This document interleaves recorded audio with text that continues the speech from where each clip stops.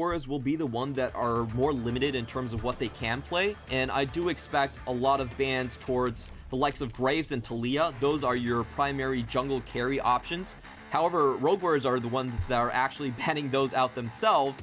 And the Olaf ban is pretty interesting right here, is that they're signaling that they might want to play something lethality in terms of the bot lane. Olaf traditionally has been one of those hard counters to bot lanes like Jhin, like Misfortune.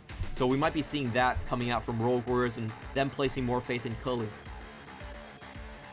Yeah, giving more AD carry options, of course, the Galio, the Olaf, things that can really hard stomp on things like Samira, which we see being picked first for the side of Team WE. And overall, just annoying champions. So Rogue Warriors definitely getting rid of them. They are going to lock in the Zoe as their first priority pick, giving Forge something that he's relatively comfortable on. I do want to point out that this is a lot of respect given to Forge. The Yone, Akali, and Lucian, all of these will fall into the category of being Forge champions.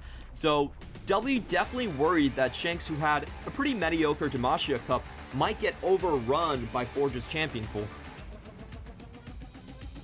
And if you have pocket picks like that, that's an asset to your wheelhouse that, you know, other teams have to be aware of. They can't just let that open, because if you run away with it, like you said, it's just going to become a huge issue for you in the late game. But you've given over the Samira and Alistar missing. We saw it again on the Demacia Championship. He looked clean on this Alistar. It's the perfect kind of support for this guy. Yeah, and this is such a strong start from WE. That bot lane, if they can get something like a Taliyah, it's going to be very difficult to actually prevent W from just snowballing the bot lane out of control. So I think Rogue Warriors will have to throw some bans in that direction, try to take away the options right here.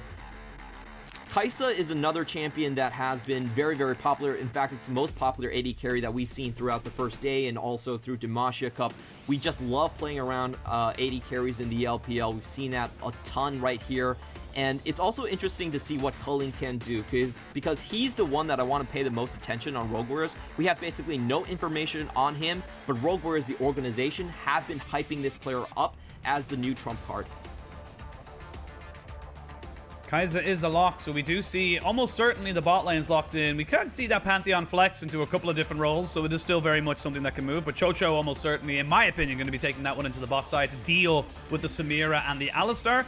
The bans are coming in thick and fast in phase 2. We do see themselves banning out the Ornn, the Malphite, the Aatrox, and the Camille. 4 top lane bans all across the board coming in here now to the second round. This just goes to show you the contrast between Breathe and Ziv. Ziv is your fighter, your split pusher. He plays a lot of Camille and Jax. He was great on Aatrox. So they're going to be the more aggressive top side. While on the other hand, Ziv is known more for being a punching bag. He can absorb a lot of that pressure. So they're taking away Ornn and Malphite away from him. Maokai locked in, and again, the flexes are still there between the jungle, the top, the support. We've seen Maokai in the top lane, of course, and as well in the support lane. Renekton going to be locked in, so they're going for that aggressive kind of all-in flanker coming in here for Breathe.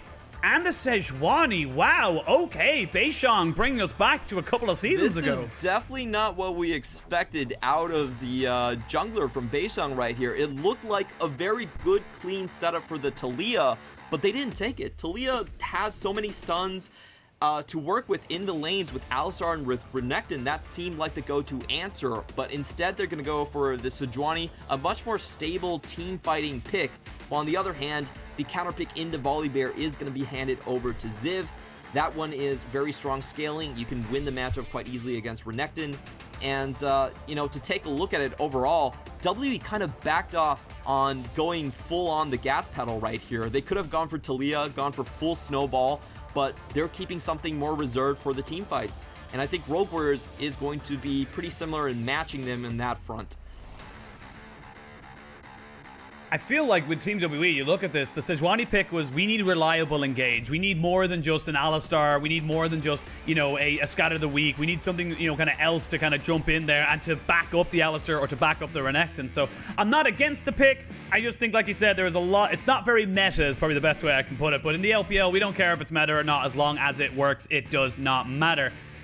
And again, these two teams, very standard if we talked about Team WE's comp, but for the side of Rogue Warriors, this screams pick comp to me. It definitely does. They have a lot more dynamics in terms of the Zoe and the Pantheon, good mix of damage right there, and the Kai'Sa can follow up on that Pantheon ultimate as well. We've seen a lot of this coming in from the Demacia Cup. I like this build from Rogue Warriors. They're going to be the more dynamic ones, I would imagine, and I think they're going to be able to start a lot more ruckus in the early game. All right, Clement. Looking at these two teams, looking at the two compositions, who are you favoring coming into this first game? I will say that I think W's composition is just a little bit easier to execute on. They do have the triple front line in the front and very easy to snowball lanes. You hit level 6, you go bottom. Samira might find a couple kills. You can kind of just win the dragon fights off of that. While on the other hand, I think this matchup is really about Haro and Forge, their duo. How strong are they going to be placed in the LPL? Can they crack the likes of Shanks and Beishang? Ladies and gentlemen, we are on to the riff for Team WE versus Rogue Warriors.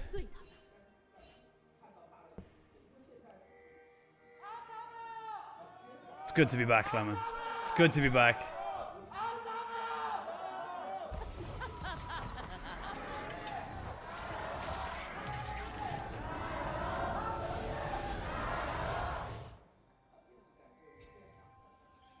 And with a live crowd and all, the Gyos coming in strong for the second day of the LPL Spring Split. And having a look down at the runes and masteries, nothing really too untoward, realistically. The only kind of thing that I would say is a little bit different maybe is LaForge on the spell books, looking for a lot more utility rather than just all in engage. And on the hand of WE, we can see that they have a very passive setup, running double cleanses on their carries right here. They're not really looking to get things going in terms of the early game, want to survive the laning phase, and just get to those Drake fights where they are going to have the superior front-to-back team fight. Forge taking a very, very unfavorable trade right at the start. Has got the corrupting potion, so should be fine. But again, so we talked about how, the Sejuani was a very interesting pick. And tell me why we don't really see the Sejuani picked as such, coming into kind of 2021 with the meta where it is right now. So we were seeing a lot of carry jungler picks, the likes of Hecarim and the likes of Talia really pop up all over the place. With the junglers right now, you don't have to spend 650 gold into the jungle knife item anymore. So it's much easier to rush for first item mythic. And just taking a look at this bottom lane trade, really good level 2, but not much going to come out of it. I'm going to continue on my jungle tirade, but basically with the ability to reach mythics for early, a lot of the junglers have been going on the damage route, and the dominant composition that we saw in Demacia Cup actually was the jousting comp, where you have something like Camille Galio, you rush in, you pick out the target. Sejuani really isn't that. Sejuani is much more about sustained frontline into a team fight. So it's the first time we saw her in the LPL this new split, and it's also the first time we are going to see her in the Demacia Cup too. And that was a nice little move there. We talked about how she is very much a traditional kind of front-to-back team fighter, but you have to respect that early damage that you have from the Syndra, as well as the early combo CC you can get from both the Syndra and the Sejuani, forcing out the flash from Forge. He needs to play even more defensive now coming into these kind of early game skirmishes. And I do want to point out, maybe they have practiced this. You do get a small knock-up from Sejuani's Q, and that does allow the Samira to follow up on those ganks. So maybe this is something that they have thought up before, and that CC chain combo is going to be very deadly in the bot lane if they can get it to work. Yeah, there's a lot of kind of combinations you can put in here with the Samira. It's kind of the new Yasuo, I guess, with all the knockups you kind of build around it as such. But for Jomong, needs to make sure. We haven't really seen the best Samira plays overall. It seems like she was coming into this year as a must-pick or ban. Definitely still a must-pick, but teams kind of have figured her out just a little bit as we kind of saw that through the first two series yesterday. Yeah, I think yesterday Cole did an amazing job on teaching us how to shut down Samiras. You really have to hold your crowd controls in team fights. Once she starts that Inferno trigger, you want to have her crowd control and stop that channel immediately. And if you do, she actually loses a lot of her potency, isn't able to get all the extra lifesteal, and her damage goes down quite significantly as well. And she also is a champion that does need a bit of a snowball. Very slow range, relies on resets a lot of times for her combo. So she is a bit risky of a pick, and I think teams have started to figure that out by countering her through hard crowd control and just focusing down her lane. Overall, very slow start to the game. And this is something I noticed yesterday, specifically in the EDG OMG series. We're not seeing the explosive, you know, everyone all in at all times coming in from what we usually expect from the LPL. In fact, it's been quite a tempered early game, and I feel like that is in due part to the fact that mythic items are so powerful right now. And if you're even, you know, a couple of hundred gold behind your laning opponent, they get their mythic and you don't, you're in a world of hurt. I think it definitely is a case when, you know, everything is down on the line, but let's watch this trade up first. Oh, so close for both the top laners. The minion wave's just a little bit too big, though, for Breed. He needs to be very, very careful. Both these top laners should be okay to back themselves away. Breed should be able to sustain off of these minions as well. So overall, nothing ventured, nothing gained. It's still very, very even up on the top side. Yeah, good play by Breathe right there. Is able to dodge out on the E coming in from the Volley Bear. However, we have talked about this matchup. Volley outscales Renekton extremely hard. We have seen both the Divine Sunder come out for the Volley Bear, or even just going for the more common Sunfire Aegis in this matchup. Some people even build Frostfire Gauntlet. We've seen that too in the Demacia Cup. So it's really free on how Volley Bear wants to take this matchup, and usually quite favored. See Harrow just kind of pushing himself towards the mid lane, showing himself a little bit off, saying, hey, how's it going? And they back themselves away. And the only real kind of significant advantage that we can talk about right now isn't that bot side, but given that it is an Alistar Samira, it is to be expected coming into this matchup. And the longer these games go, the more you build towards those team fights, that's where the Kai'Sa can really start to shine. And I just want to note how Rogue Warriors bot lane is playing this. They're basically letting their wave push all the way into tower before they start the CS. They know that if there's a gank incoming, there's almost no way that they can survive that. And we have seen lanes playing against Alistar be very, very passive. During the Demacia Cup, there was a lot of level 1 flash Alistars. You get their summoners out, you use your Hex Flash for the rest of laning phase, and a lot of bot lane snowballs did start from that. So I respect what Rogue Warriors are doing here. They're just trying to play it as safe as possible.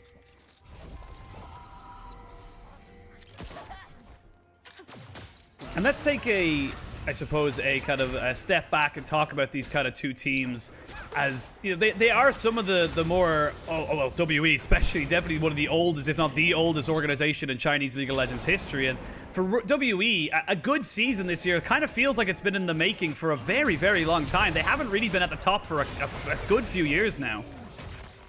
Yep, they've always, at least these two splits, they came in with a roster that honestly, talent-wise, was probably not as strong as some of the top teams in the LPL here. However, they have been able to make it work with a very streamlined strategy. And that strategy was have Teacher Ma, have Morgan, constantly go bot lane, constantly try to snowball the Drakes, and they played off of that to a T. Now this split is when everything really changes. They can play through a lot more lanes right now. We're seeing Shanks come in and he's able to play a lot more control mages, able to play the Zoe and the Syndra, and not be really beholden to the rest of the map the way Teacher Ma kind of was. So we really want to see how they diversify their strategy and kind of play around the different points now. What we are seeing on the map here is Rogue Warriors going instantly for a objective trade. They know the Drake is gone. They're going straight for Herald. They are here first. I don't think W can contest this. They are a little bit late. They are a little late. Beishang is about half health. There is the ultimate coming out from the Sejuani as the fight ensues, but it is the very, very lone Crocodile as now the Volley Bear jumps in with his ultimate to try and follow. It is a kill over the Rogue Warriors. They get the Rift Herald as well, but overall, I feel like you said, Team WE really had no real right to be contesting that. Yeah, that was definitely an overreach coming in from Breed. He just wanted to try and get a steal on the Herald. Wishful thinking, I would assume, and honestly, in that position, you can't contest Maokai in that choke. He just ults the way, and you can't get over the ramp. There's really not much you can do. Renekton was going to get caught off and focused no matter what, and I just felt like W should have been happy with their Drake and gave up the Herald. Yeah, you trade. It's the simple League of Legends handshake that used to be Corki and Azir, but now is you get Drake for late game power, we get Rift Herald for early game power. That's kind of just how that one works. It felt a little bit overzealous, and we talked as well about how Rogue Warrior just has so much pick potential. Breathe is just by himself, and there's no one really to support him here. I just don't feel like it was, you know, anyway realistic to think that he could actually contest that.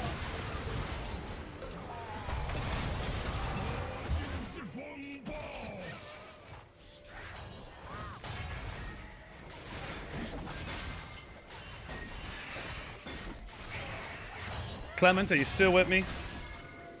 Oh yeah, I'm still with you. I'm sorry about that. You cut are. off for a while. I was just saying, yeah, W, you know, it's all they good. had to go through that ramp, and Nature Scraps was in the way, so it was way too easy to just cut them off completely right there. Definitely think that was an overstep on their side, and now they just need to stabilize, and hopefully, with Beishang's ultimate up, I really want to see the combo in the bot lane. We'll have to wait and see, and I'm going to wait for production to 100% confirm with me that you are back on broadcast, just in case I'm just talking to myself, or rather the viewers think that I'm caught out. He is back. Thank you so much, Rose, our producer. As a flash is burned on the bot side, Chocho needs to get himself out of harm's way. This Maokai is not very, very tanky when he gets himself caught. But again, kind of small little early game advantages you can see being creeped in by Rogue Warriors. They understand that they have the strength with the Pantheon, with the Zoe, that early game kind of single target burst you gain with the Paddle Star, and of course the single target CC you get as well. You'd be very, very careful. As I say that, Jumong just kind of jumps in on top of the Kaiser, understanding his limits, understanding that he was in no real danger, and gets himself a decent trade. Does see the Pantheon on the map, saw him clearing the ward down there. But I will say that was a bit of a missed opportunity from WE. They don't really get any of the important summoners down from Cullen, and that is a very long cooldown on the side of Beishang going down. So this is going to open a lot of chances for Rogue Warriors to extend their lead and hopefully find a good use of that Herald now that they're up a ultimate.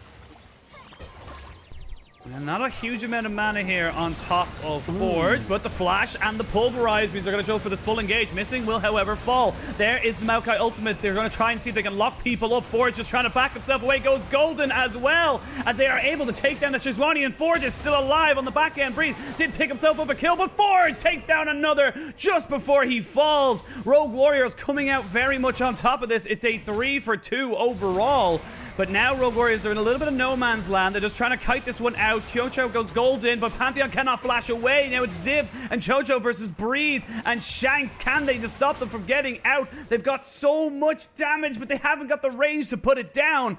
Chocho should be able to get out of this one pretty damn easily, and he will be able to get him back to safety. So overall, 3-for-3. Yeah, love the force right there. They knew that the Sejuani ultimate was down, instantly goes inside. We have double teleports come in, and, you know, that fight was pretty messy overall, but we have to look at the kill distribution incoming from both of the sides.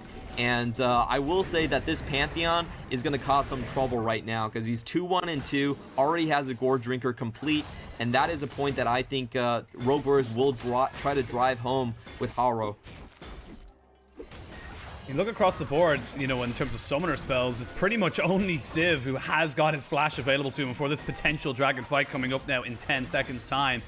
Both teams really want to get this one. You want it for Rogue Warriors to stop the dragon stacking, and for Team WE, this just puts a win condition, a very early win condition on for you, and that Rift Herald is going nowhere, unfortunately, for the side of Rogue Warriors. A little bit early to kind of get any pressure with it for the Drake fight either, so feel like this is going to be a given up dragon. They're not really in position to kind of go for this, but they're just inching themselves in. I think they're just a little too late. Yeah, and they have no ultimates for this. It's going to be very hard to contest, but maybe they can get some exit kills.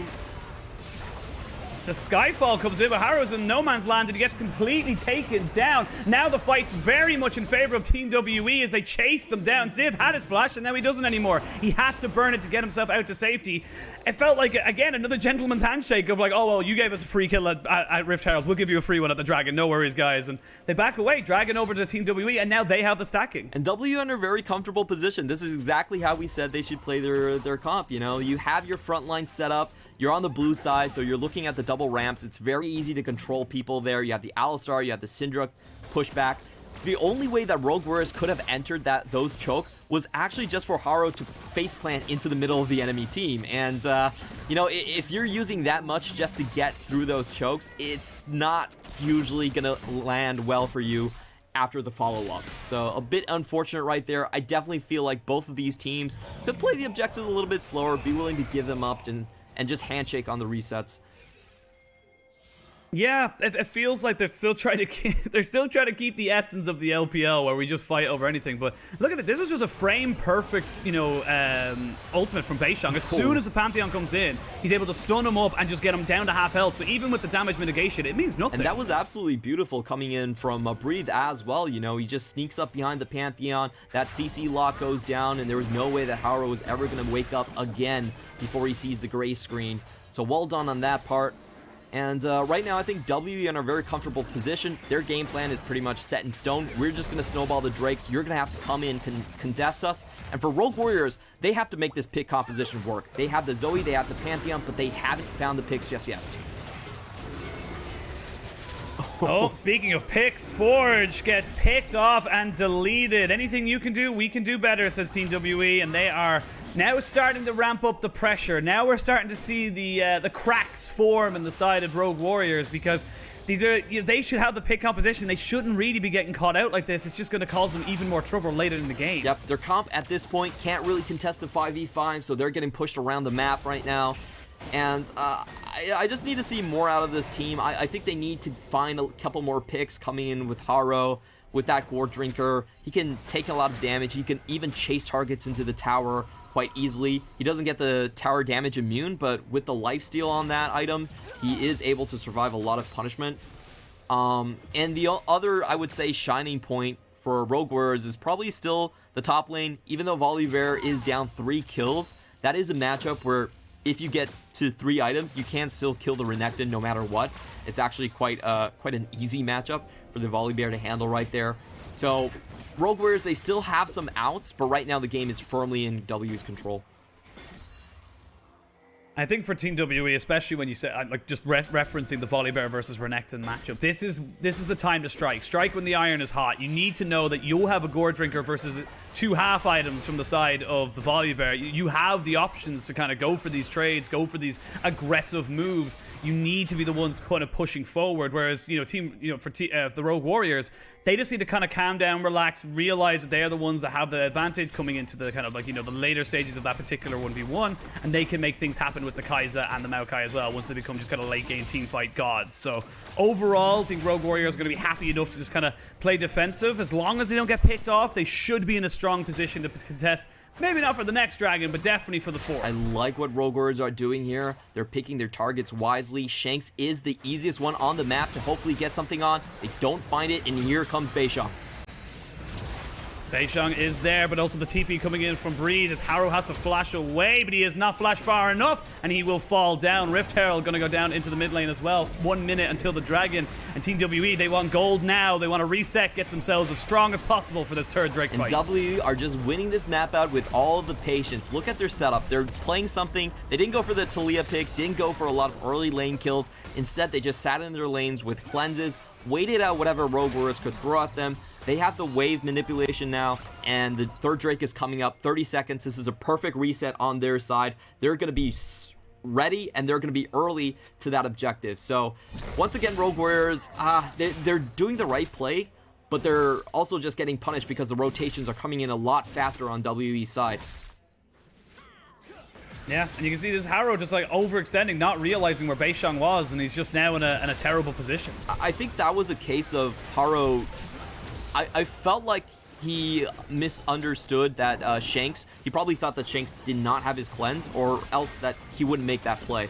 Because even if he landed the stun, I don't think there was enough like crowd control duration for them to actually pick up the Shanks kill whatsoever. So I see that as more of like a mistimed summoner right there.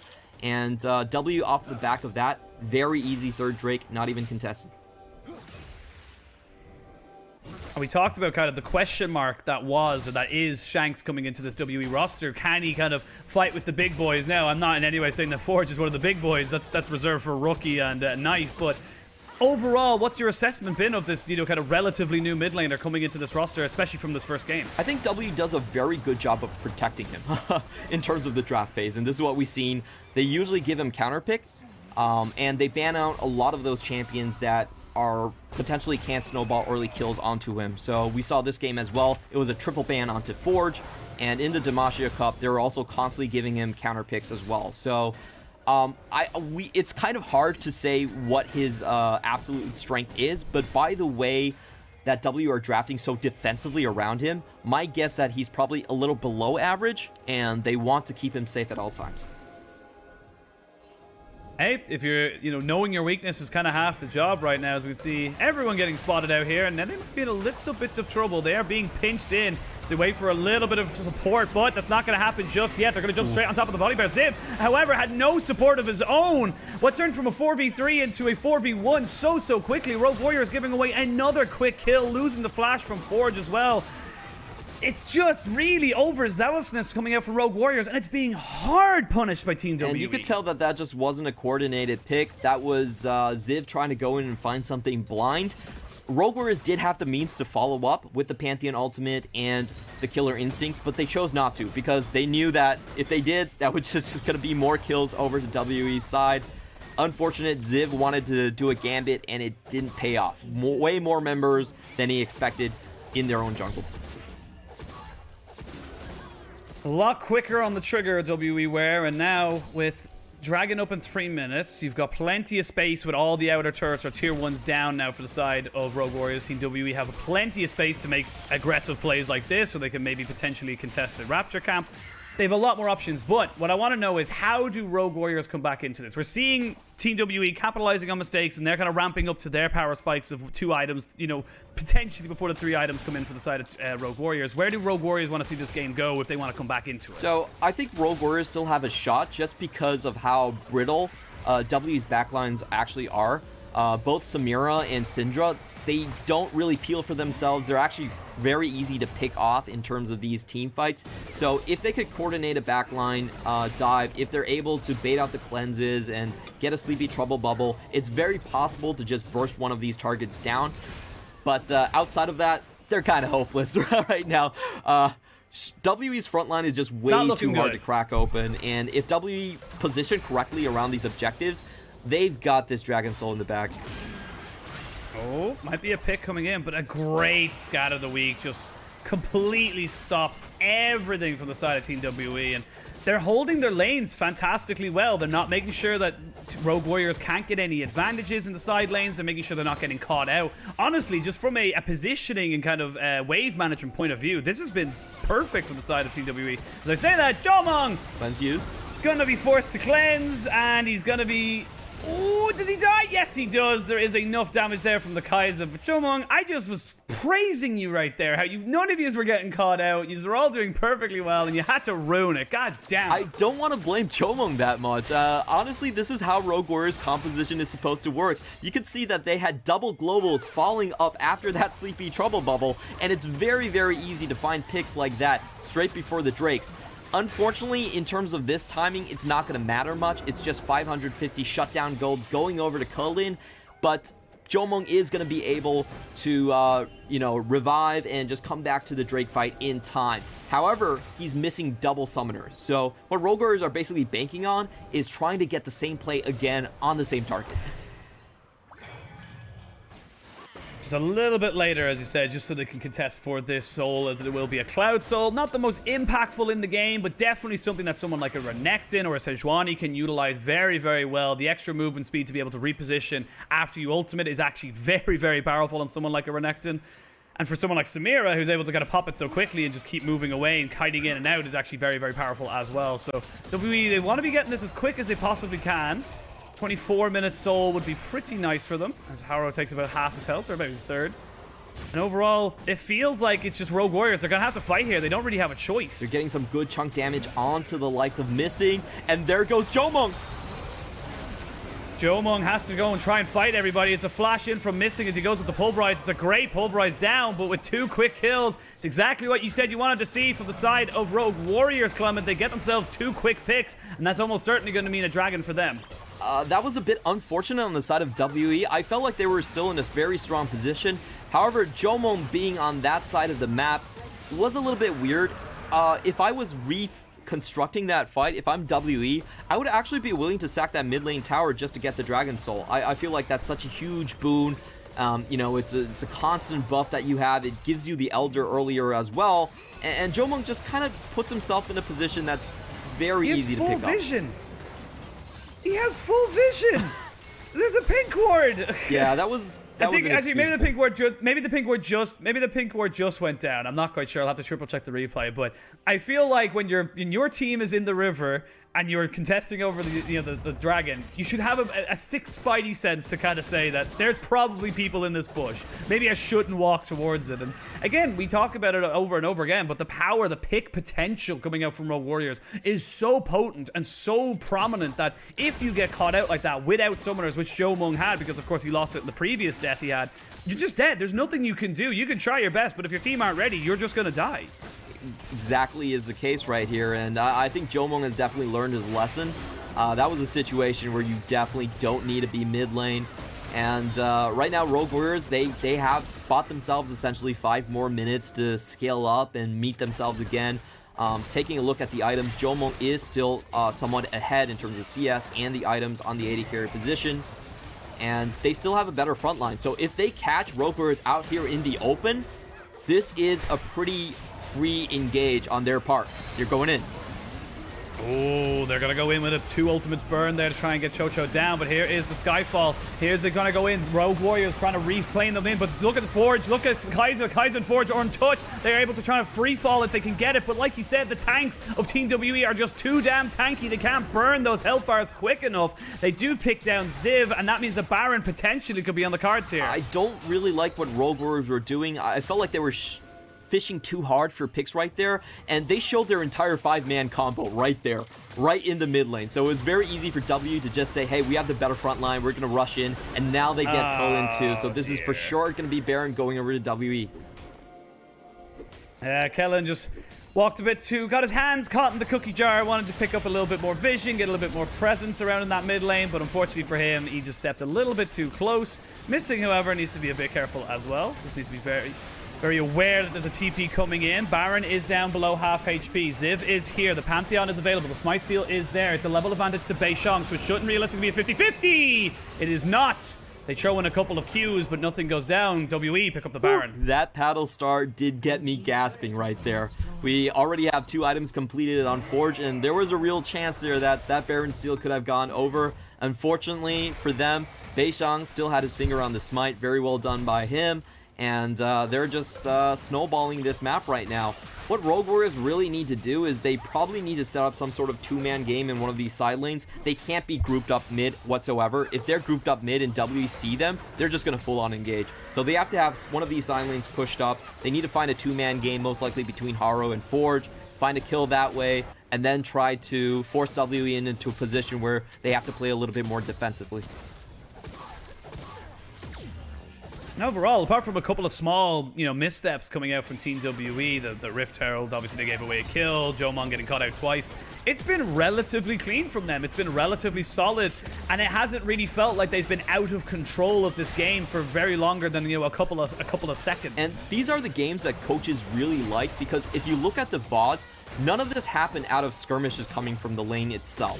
Oh my god. None of this snowball was generated because someone was better mechanically than another person in lane. It was just very slow and steady play coming in from knowing that you have defensive lanes that you have to take care of early game, not pushing the go button when you don't have to, and just sitting on formations when you're strong. You have the composition for the 5v5, you just box out the enemy team correctly and force them to make the bad plays to come into you. And this is very E-Star-esque from what we're seeing coming out of WE.